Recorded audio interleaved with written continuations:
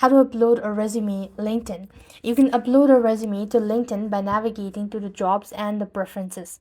So basically, you want to open a LinkedIn app onto your device and log in to your account.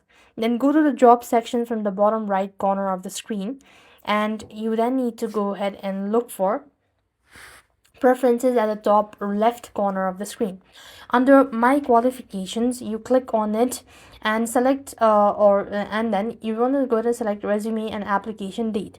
And you click the upload resume button and select the file from your computer.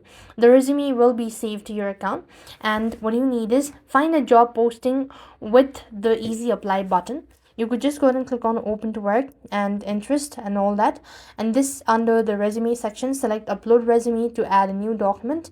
Click the application and click submit application, file format, and then the size your resume will be, or resume must be in Word or PDF file format, and that's how you'll be able to upload resume to LinkedIn.